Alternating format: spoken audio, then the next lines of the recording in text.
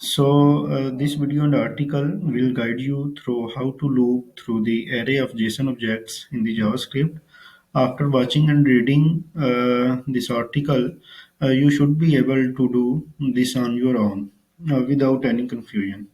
So you can see this piece of the code of the it is a perfect example that how to use a loop through an array. So I initialize an array of the numbers with the 10, 20, 30, 40, and 50. So I implement a loop on this. It is incrementing +1. So it will run till the length of the array. So you can see its console value that 10, 20, 30, 40, and 50. So now we will move another example which have the some which is containing some properties to the proper understanding like this. There is a JSON object within one more object of the JSON data, and here is a one and more object which has the values of the 11, 12, 13, 14, and 15, and two has the values of the 21, 22, and 23, and the third array has a value of the 31 and 32.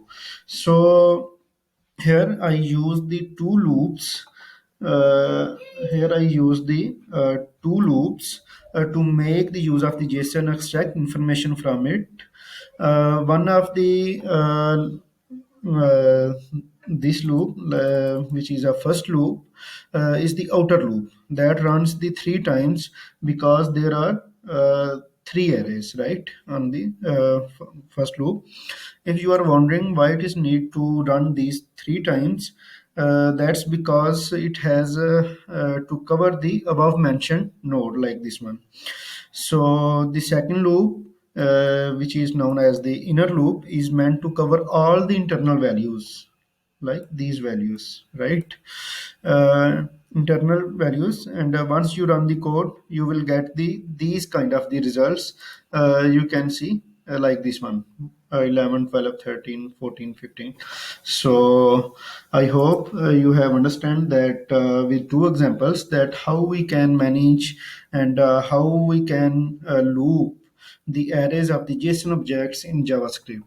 I hope you will get more understanding by reading the article.